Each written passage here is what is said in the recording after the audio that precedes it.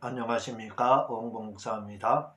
오늘도 네마 성경 공부를 시작하도록 하겠습니다. 네마 성경 공부는 말씀을 드렸듯이 엑기스만 이렇게 전달하는 성경 공부입니다. 군더더기 하나도 없이. 군더더기 있으면 여러 가지 설명들이 들어가고 예화가 들어가고 성경 구절 막 여기저기서 엄청 끌어다 쓰는 거거든요. 그러면 시간만 낭비입니다. 그냥 골자만 제가 이렇게 여러분들에게 엑기스로 다 전달을 하도록 하겠습니다. 이 네마 성경 공부는 언어 분석, 용어 분석 성경 공부인데 이건 예수님이 하셨던 성경 공부와 설교 방식입니다. 그리고 제자들이 성경을 기록할 때 이 기법으로 성경을 기록했습니다. 이것을 액티데미, 설명하다 이렇게 이야기하는데 이걸 오버랩 기법이라고 하는데 줄여서 넷기법이라고 합니다. 결국은 넷기법 성경 공부다 이렇게 여러분들이 보면은 정확할 겁니다. 이건 예수님이 하셨던 방법이에요. 예수님이 하셨던 성경 공부 방법이고 제자들과 성경 기록자들이 했던 성경 공부 방법이니까 그렇게 하시고 제가 하는 네마 성경 공부를 여러분들이 좀 임하시기를 바랍니다. 네마 성경 공부 임하시기를 바랍니다. 오늘은 존재와 실존과 본질과 변질과 정통과 전통에 대해서 이 용어거든요. 용어를 무조건 정립해야 됩니다. 이게 여러분들 우리가 용어를 너무 쉽게 여기거든요. 왜 야구 선수가 슬럼프에 빠지는 줄 아세요? 기분이 무너졌을 때 슬럼프에 빠집니다. 그럼 슬럼프에서 탈출할 때 어떻게 하는 줄 아세요? 중학교 때 배웠던 초등학교 때 배웠던 기초를 다시 하는 거예요. 그래서 기초가 다시 회복되면 슬럼프에서 벗어나는 겁니다. 마찬가지예요.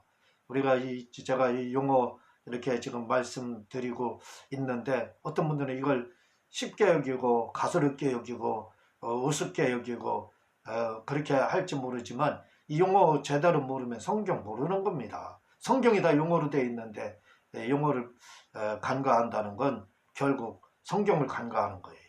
그러니까 제대로 못 믿으니까 이상한 설교, 이상한 성도들이 말을 하고 말도 안 되는 그런 성경에 대한 이야기하는 분들이 얼마나 많은지 몰라요. 왜? 용어를 모르니까 그 용어의 중요성을 여러분들 기억해야 됩니다. 그래서 오늘은 그 용어 여러 가지 교회에서 쓰이고 있고 우리가 알고 있는 존재, 실존, 본질, 변질, 정통, 전통에 대해서 이런 걸 말씀을 간략하게 이렇게 드리도록 하겠습니다. 먼저 이 존재론이라는 것은 존재, 철학에도 존재론이 나오고 신학에도 존재론이 나오거든요. 존재가 나와요. 신론에 하나님의 존재와 사역 이렇게 해서 이 존재가 나옵니다. 철학 용어를 갖다 신학에다 붙였기 때문에 그래요. 그래서 이제 철학에서는 그 존재론, 철학은 서양 철학은 존재론, 인식론, 가치론, 논리학 이렇게 4단원으로 되어 있거든요. 존재론은 다른, 처음에는 철학과 신학이 분리가 안 됐습니다. 그래서 왜냐하면 신학이라는 말을 가장 먼저 쓴 사람이 우리 기독교가 아니라 플라톤이 가장 먼저 썼어요. 신학이라는 말을. 그리고 한참 후에 터틀리안이 이제 신학이라는 말을 처음으로 이제 우리 교회에서 도입해서 쓰기 시작한 겁니다. 그러니까 그 갭이라는 게 한 800년 갭이 있거든요.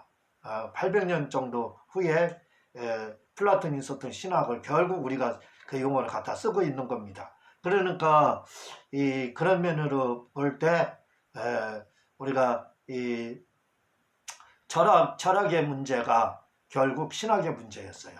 그래서 철학에서 해결하지 못한 걸 신학에서 해결을 해주는 겁니다. 존재론에 대한 문제 철학에서는 해결할 수가 없지요. 그러나 신학에서는 해결을 해준 겁니다. 존재론이 뭐냐? 하나님, 신이 존재하느냐 안 하느냐, 우주 존재, 사람 영혼이 존재하느냐 안 하느냐, 또 그런 것들 이런 거 묻는 것이 바로 존재론입니다. 내세에 존재하느냐 안 하느냐. 말 그대로죠. 존재론이라는 건 존재. 하나님 신이 존재하느냐, 사람이 영혼이 존재하느냐, 내세가 존재하느냐, 우주 존재가 어떻게 되느냐 이런 거 묻는 게 존재론이거든요. 그래서 이런 걸 묻는 거에 대해서 철학은 답을 주지 못합니다. 계속 그 질문이 반복될 뿐이에요. 그렇지만 신학에 와서 이게 딱 정립이 됩니다. 존재한다 하나님. 그리고 사람 영혼도 존재한다. 죽으면 천국 지옥 간다. 우주 존재한다. 하나님이 창조했다. 이렇게 신학에서는 철학에서 질문했던 그 문제에 대한 해답을 딱 제시를 해줍니다. 그게 이제 신학의 매력이거든요. 그래서 존재라는 게 뭐냐? 하나님이 계시느냐 안 계시느냐 이거예요.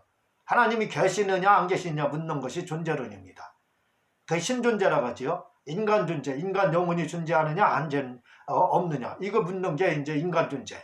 우주 존재, 우주가 창조됐느냐 진화됐느냐 이거 묻는 게 이 우주 존재에 대한 문제거든요. 그러니까 우리가 신론적 존재론은 바로 하나님이 계시느냐 안 계시느냐 이거 묻는 거예요. 아니 하나님 당연히 살아 계시잖아요. 뭘 대답할 거 제가 묻는 것도 바보고 또 거기에 대답하는 것도 바보죠. 당연한 걸 물으면요. 그 묻는 거랑 똑같지 않습니까? 그렇죠? 자, 이제 실존에 대해서 하나님은 이렇게 존재한다 이거죠. 하나님의 신론에서는 존재와 사역, 하나님이 존재하면 그 이름은 뭐냐, 속성은 뭐냐, 막 이런 거 묻는 거예요. 그리고 사역은 하나님이 창조했느냐, 예정론이냐, 뭐 작정론이냐, 섭리 이런 거 이제 묻는 게 사역론이거든요. 그 신론에 그게 들어 있습니다. 이제 존재라는 말이 무슨 말인지 알죠? 하나님이 존재하느냐 안 하느냐, 사람이 사람 영혼이 있느냐 없느냐, 우주가 있느냐 없느냐, 창조됐느냐 진화됐느냐, 천국 가느냐, 천국이 있느냐 없느냐 이게 묻는 게 존재론이라겠죠. 하나님 존재합니다 하면 존재 인정하는 거예요. 하나님이 계시다, 천국도 있다, 영혼도 있다 그겁니다. 그리고 실존이라는 건 뭐냐면 살아있는 사람, 실제로 존재하는 사람, 그게 사람이죠. 그래서 현존재라고 하면 현존재, 실존, 현존재를 실존하는 사람은 현존재는 나를 말을 해요. 현재 존재하고 있잖아요. 살고 있잖아요. 그걸 실존이라고 합니다. 우리가 이렇게 살아서 움직이는 이 사람을 뭐라고 그러냐면 철학 용어는 실존. 어떤 분들은 목사님들 중에 어떤 분은 실존, 현존재 막 이렇게 설교하는 분이 있어요. 그게 누구를 말하는 사람, 나를 말을 하는 거예요. 나. 어려울까 하나 이런 거 알면 이렇게 쉽다 이거죠. 그런데 실존의 문제는 뭐냐면 실존 그 인생의 문제거든요. 실존의 문제는 뭐예요? 실존의 문제는 간단합니다. 영혼이 죽어서 천국 가고 지옥 가는 거 이게 실존의 문제고 이 죽음의 문제. 그 실존의 문제는 뭐냐? 물질의 문제. 아니 살다 보면 뭐예요? 경제가 있어야지 경제, 물질. 그래서 물질의 문제, 실존의 문제는 물질의 문제. 또 사람이 죽잖아요. 죽음의 문제 해결할 수 있는 거. 물질의 문제 해결할 수 있는 거. 죽음의 문제 해결할 수 있는 거. 이런 거. 또 질병. 사람이 병에 걸리잖아요. 이런 문제. 그래서 실존은 무슨 문제에 있다고 항상 현존재인 이 나라는 나라는 사람이라는 실존은 항상 뭐에 직면하고 있느냐면 죽음이라는 문제와 질병이라는 문제와 또 물질이라는 문제, 이 세 가지 문제, 실존의 문제는 이 세 가지 문제라는 거. 이게 인간의 문제라고 그랬죠. 인생의 문제. 이것이 마귀가 아담 하와를 아담 하와가 범죄함으로 온 저주라고 그랬죠. 마귀로부터 온 저주. 그게 영혼이 저주받아서 지옥 가는 거. 질병 가운데 있는 거. 그리고 물질로 어려움을 당하는 거. 이게 바로 마귀의 저주로 마귀가 범죄해서 범죄함으로 온 거라 이거죠. 이게 실존의 문제입니다. 삶의 문제라는 이 세 가지 문제에 직면했다는 거예요. 이 문제 어떻게 해결할 거예요? 해결 못합니다. 그러나 신앙 안에서는 다 해결되죠. 예수 믿고 천국 가면 되는 거고, 그리고 주님께 기도해서 하나님 말씀대로 살아서 물질의 복을 받으면 되는 거고, 그리고 또 예수께 채찍에 맞으면 나았다는 말씀으로 치료받는 거고, 예수님이 가난케 드심으로 부유하게 드셨다고 했잖아요. 그래서 물질의 복을 이렇게 받으면 되는 거예요. 이 실존의 문제, 철학에서는 해결하지 못하지만 바로 신학에서는 이 문제에 대해서 딱 해결을 해주는 겁니다. 실존이라는 문제, 살아있는 나의 문제. 그게 인생의 문제, 아담의 범죄로 인해서 온 저주, 이렇게 보면 됩니다. 그건 영혼의 문제고, 물질의 문제고, 건강의 문제. 요거. 철학에서는 이 문제를 해결할 수 없지만 예수님이 이 문제를 죽었다가 살아나시고 채찍에 맞음으로 해결했다는 거예요. 자, 이제 본질에 대해서 이렇게 말씀을 드리도록 하겠습니다. 본질이라는 건 뭐냐면 이게 참 어려워요. 본질이라는 게. 왜냐하면 알고 보면 누워서 떡 먹기처럼 쉬운 겁니다. 근데 왜 어렵냐면 본질 그걸로 설명하려면 힘들어요. 설명해도 이해가 안 되거든요. 그러나 이걸 반대로 다 이야기를 하면 금방 이해가 됩니다. 본질의 반대가 뭐예요? 변질입니다. 변질. 가변됐다, 변질됐다. 변질짝을 하잖아요. 우리가 변질짝을 하잖아요. 변질됐다는 겁니다. 그게 변했다는 거예요. 원래 그 사람은 그런 사람이 아닌데 변했다. 원래 그 사람이라는 게 본질이에요. 무슨 말인지 알죠?